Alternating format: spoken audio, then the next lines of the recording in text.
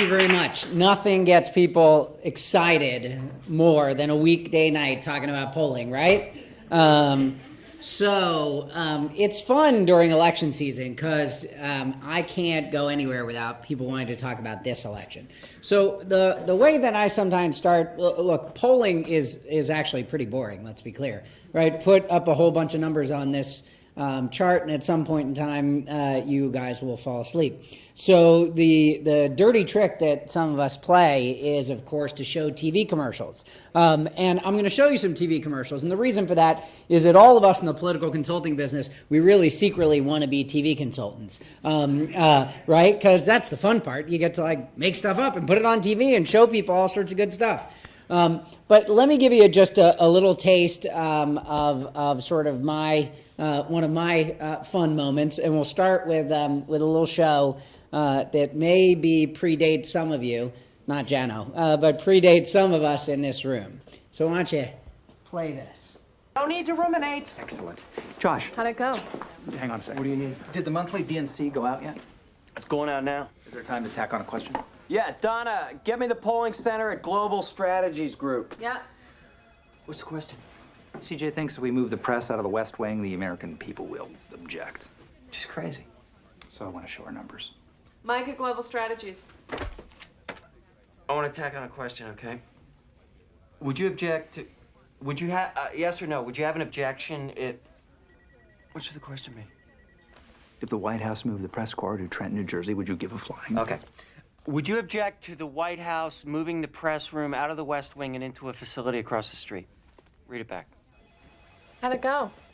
It went great. Thank you. So I still get asked about this today, which I find amazing, how many people still watch The West Wing. And so I'm Mike from Global Strategies in that situation. And that is the reality, is that a lot of stuff is going on in terms of the campaign and the White House right now, as it was for good old Josh Lyman back then, trying to figure out what's going on. And so one of the things we want to talk about tonight is actually a little more about how to understand the polls and less about sort of what polling is all about. So I'm actually going through my little polling presentation, and instead we're going to talk about 20 questions to ask about poll results. So Amanda pointed out a great thing. There was a data set that was given to 4 different pollsters, and same set of data, and given to the pollsters, and the question was, okay, pollsters, we're giving you this data set, who's ahead? And in 3 of the 4 data sets, Clinton was ahead, quote unquote, and in 1 of the data sets, according to the pollsters, Trump was ahead. Well, how the hell does that happen? It seems impossible if the same set of data is used. But in fact, it is quite possible because science and art come together with polling. It is not one thing. It is not just science. It is a heavy dose of art, in fact, that is all based in science. So if you're looking at a poll today and you're looking at lots of stuff, because you're going to see tons of polls. There's one out today that shows Hillary Clinton is losing Texas to Donald Trump by 3 points. 3 points. Texas. We're supposed to get our asses kicked in Texas, right? I only work for Democrats, just to be clear. Yes, I'm bipartisan, blah, blah, love everyone, right? Okay, but I only work for Democrats. I do live in this town. From a partisan perspective, we look at some of the Texas. How is that humanly possible? That Hillary Clinton is that close in Texas? And there's a scientific explanation, and then there is a Donald Trump explanation. And both of them come into play. So if you see a poll that shows Hillary Clinton only down by 3 points, what should you ask? So if you're looking at a poll, what's the first thing that you do? So the first thing you do is who conducted the poll? Was it a credible source? And even figuring that out is very hard. So we now accept all sorts of polling as gospel. So a media team does a poll. When you see the ABC News and Washington Post, when you see the NBC News Wall Street Journal, when you see the CBS New York Times poll, well, you're probably pretty sure that those are good, quote unquote, polls. But even they have art combined with their science. So who was it? Was it a media firm, or a media outlet, I should say? Or was it the campaign?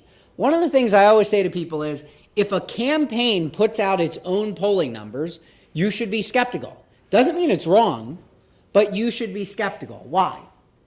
My job in a campaign is to give give a candidate and give a campaign team advice. So I work on lots of campaigns. Right now I'm involved in 4 governor's races across the country, 2 Senate races, 5 independent expenditure efforts in 5 different places, and most importantly for Priorities USA, which is the super PAC helping Hillary Clinton or supporting Hillary Clinton.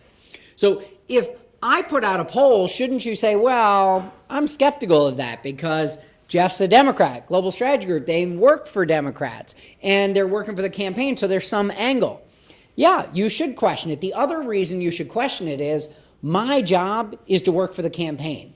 And by and large, most of what I do in a given day is private. And it's meant to be private. It is strategic advice. It is meant to give a campaign guidance. It's not meant for the public domain. So why do we put stuff out in the public domain? Which goes to number 2. Who paid for the poll and why was it done? Was it a news organization that wants to figure out what's going on and, of course, drive coverage? Because that's what news organizations do with polls. Who's ahead, who's behind, the horse race. Was it a campaign that's trying to show that they have a good shot of winning? If you look today at congressional polls across the country, you can find a district. I saw a district today, Virginia 10, which is in the D.C. suburbs in Northern Virginia. There were 2 polls. One, the campaign poll for the Democrat that has the Democrat ahead. One, the campaign poll for the Republican that has the Republican ahead. Who's right? I actually have no idea. I'm not involved in the race. But it is okay to say, well, we should take both of those with a grain of salt. And it is why some of the major entities that have come up over the last number of years, like a 538, like a Real Clear Politics, all these things that are polling aggregators that are actually very good because they factor out some of the noise of what's going on.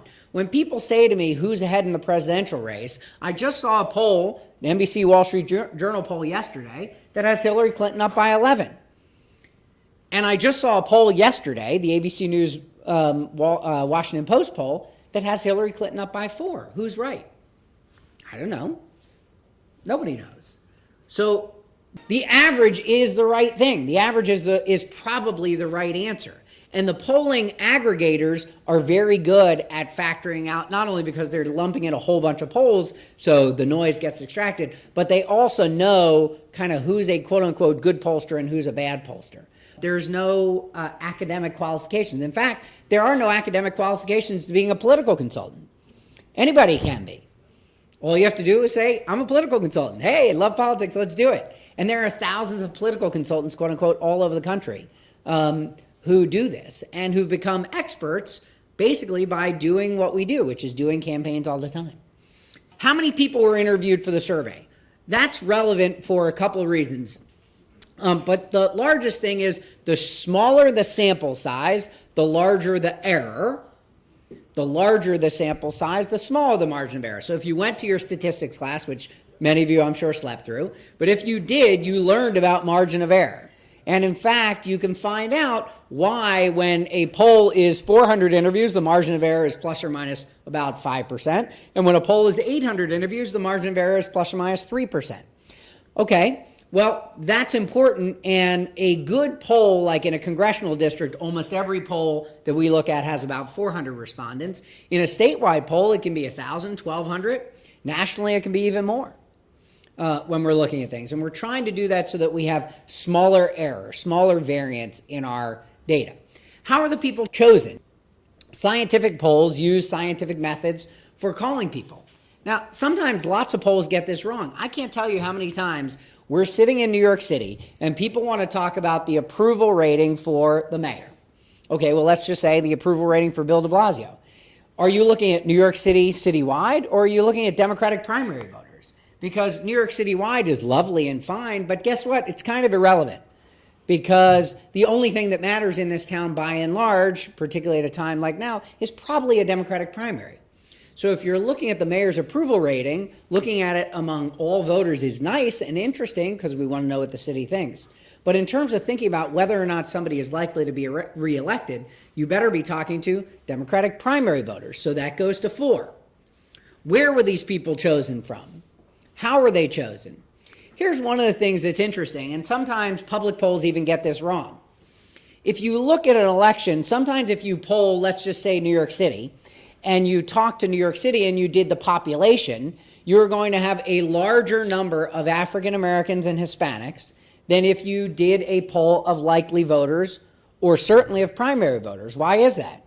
Well, it's not because I'm racially biased. It's because when you look at past voter history in terms of who turns out to vote, white voters, for example, overvote, disproportionately overvote. Or a place like Manhattan disproportionately overvotes. It's an amazing thing. If you look at New York City at the primary, for example, in the 5 boroughs, Manhattan is actually the 3rd borough in terms of population, percentage of the population.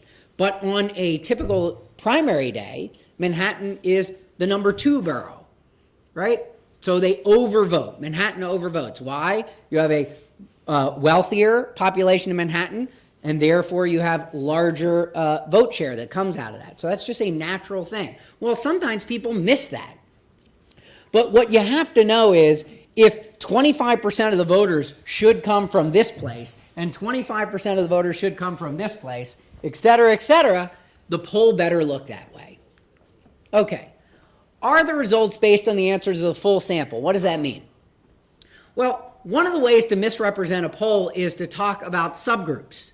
And so you want to make sure that a pollster, when they're saying, here's what the data is talking about, that they're talking about all voters or all people or all residents. And if they are talking about subgroups, that they clearly identified it. Also, we want to know who was interviewed and who wasn't interviewed. Today, one of the biggest problems with polling is many of you in this room, you don't have landlines. You have cell phones. How do we talk to you? Well, we talk to you on your cell phones now. We didn't used to. We didn't used to bother you. Now we do. So, yay us. And the reason for that is because that's now your phone. It's no different than any other. And so we want to make sure that we are talking to a representative population, young people. A Hispanic male is the least likely person to answer a poll, period, all over the country. So if I'm doing a poll in the South Bronx, or I'm doing a poll in Los Angeles, I know to start off with, I've got a problem. I have a demographic problem, and I know I have to factor that in before I do it. So these are the kind of things that as professionals we talk about. When was the poll conducted? Frequently people are like, here's what the data is, and then you look at the sort of bottom and it's like, oh, that was from 4 weeks ago. Well, 4 weeks ago and today is a long time in politics. Things happen. So maybe things changed. How are the interviews conducted? Were they conducted online, by phone, by mail? Online polls are becoming more and more common, but there's a flaw to them, right? Who's underrepresented in an online poll? This is actually one of those things where you guys get to speak, right? Elderly people, right? Old people, they're not online. Yes? Sort of, right? Old people, seniors, are the fastest growing group on Facebook. It's also why none of your children will ever be on it, right? Okay? But there's no question that if you do an online poll, it is going to underrepresent people who are older. And if you're doing a voting survey, underrepresenting old people is a major problem, right? Because they vote, right? That blue-haired old lady, you know her. She votes every time, right? That 70-year-old African-American woman in Central Harlem, she votes every damn time, right? So you better not underrepresent them. Okay, so they're underrepresented online. Who else is underrepresented? Yes. Low-income people, right? Which also, unfortunately, tends to disproportionately mean non-white voters as well. So if you are talking, go to my old point about the Hispanic male being the least likely, you're sort of doubling down on your error when you do stuff. So if it's an online poll, it better be representative. They better have done extra stuff to make sure that it is as representative as possible. If it's a telephone survey, what percentage cell phones were used? High, low? These days, we want 30, 40% of our entire surveys to be done via cell phones if we can. Sampling error, I talked about a little. That's the margin of error. I'm not going to get into that too much. 12, what's the current vote? One of the things that we want to look at in this presidential is the four-way race, because you got these two other candidates, Jill Stein and Gary Johnson, versus a two-way race. Sometimes people are just shortcutting it and asking the two-way race. Well, guess what? Gary Johnson's going to get some percentage of the vote. It's not going to be 20, it's not going to be 10, but it's not going to be 2 either. Jill Stein's going to get 2, probably. But Gary Johnson's going to do better because of the chaos of Trump and what's going on. And so the 4-way race today may be more relevant than a 2-way race. Has the poll been weighted? Every poll's weighted. Dirty secret, right? Weighted. What does that mean? We make statistical adjustments because of the problems that I've just talked about, right? If that Hispanic male is the least likely person to be interviewed, then we have to make some adjustments for it. However, there is a great article in the Upshot, in the New York Times, about this sort of there's one survey that's been an outlier. The USC LA Times poll has been an outlier. Brilliant article in the Times that sort of dissected why. And it's all about weighting, as if any of us care about that. I mean, I do, but most people don't. But it's fascinating because it shows that statistical weighting can overrepresent people who are sort of weird, if I may. And that's what the survey was showing.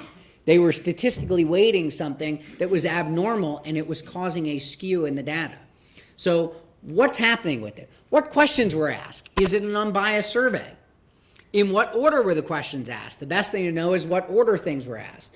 What are other polls saying? Meaning what's happening, how do we look at sort of the median? What about push polls? So we hear the term push polls all the time. Push polls are unethical.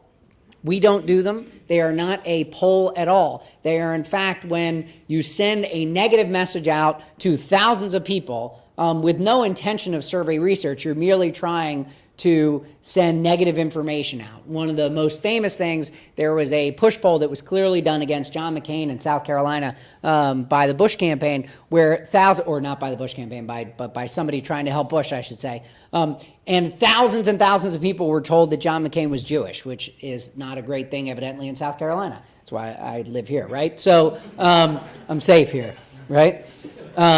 So that is a push poll where you're trying to disseminate negative information with no scientific purpose. What about exit polls? Exit polls are actually very helpful. They tell us who voted in these elections, and they can be very useful in showing what the electorate should look like. With one problem, which is that sometimes the elections don't look like the last election. What else is included? What are you showing? What has impacted the results? Meaning what's happened in the last couple of weeks or months since this? And then finally, what's the purpose of reporting the results? So what do we do with polling? So I'm going to go to TV commercials because, again, I said you'd be bored otherwise. So let me tell you, just give you the backdrop for this. So as I said, I work for Priorities USA. Priorities USA is the super PAC in charge of helping Hillary Clinton 4 years ago, super PAC in charge of helping Barack Obama. Super PACs are terrible. I wish they were abolished. All bad. In the interim, I'm happy to work for them. Right? So we are responsible. We are the primary outside group responsible for trying to help in these presidential elections. So in 2012, we're working against Mitt Romney. And there was a real question about when to sort of bring up or introduce the notion of Mitt Romney and what he had done to screw over businesses, to be clear. And Mitt Romney made plenty of money, and the voters, by and large, and you can see it in this election, voters never care about wealthy candidates. You know one, by the way? Right? Voters don't really care whether or not a candidate is wealthy. That's irrelevant to them. They do care, however, how they became wealthy. Right? They care how they got that. And they care what they did, particularly candidates who were wealthy. What did they do? And what we found with Priorities was there was this notion that Mitt Romney had done things to wrong businesses and that he didn't need to do it. We were doing some focus groups in Ohio, for example, and some voters said, you know what? He shut down this plant and did he really need to screw over all those workers? And couldn't he have made $100 million instead of $200 million and left those people with their health care or their pensions? And there was clearly something there. So the media team, fantastic media team, Shore Johnson Magnus, a media consulting firm out of Philadelphia, that is also doing, that is one of the teams doing it this year as well, filmed this ad. And I think it encapsulates the campaign and sort of what we did to Mitt Romney to push him into a place where the voters said, that guy's not for us, that guy doesn't understand the concerns of the middle class. and I think you'll see it. This ad was named by many people, many media outlets, as kind of the best ad of the 2012 cycle. So let me show it to you. Out of the blue one day, we were told to build a 30-foot stage. Gathered the guys and we built that 30-foot stage, not knowing what it was for. Just days later, all 3 shifts were told to assemble in the warehouse. A group of people walked out on that stage and told us that the plant is now closed and all of you are fired. I looked both ways. I looked at the crowd, and we all just lost our jobs. We don't have an income. Mitt Romney made over $100 million by shutting down our plant and devastated our lives. Turns out that when we built that stage, it was like building my own coffin, and it just made me sick. Priorities USA Action is responsible for the content of this advertising. So, I mean, I still gives me chills. That's an awesome ad, right? And the best part about the ad is that guy is so real. That's not scripted. That's that guy talking. Like, you can tell that is pure him. The end of it is the critical piece. If Mitt Romney wins, the middle class loses. Actually, the Obama campaign, with their very, very smart team of researchers, they had figured out that the key to the last election was who was better for the middle class, Barack Obama or Mitt Romney. Because the funny thing is, the question of who'd be better for the economy, well, Mitt Romney was a job creator. And if you looked at polls in 2012, it was Romney who the voters said would be better for the economy. Well, if the economy is the #1 issue, as it was then and is now, shouldn't Mitt Romney be in the lead? But the reality is what the voters really were interested in is who's better for the middle class. So I think that ad encapsulates what we did. I wanted to show that to you because, again, it's the result of what we do in polling. It's the fun part, right? It's putting it on TV. Some of it's positive, a lot of it's negative, and it says a lot about sort of how we use the data in a strategic way. Thank you to ABNY for inviting me here. I'm happy to talk to you all later.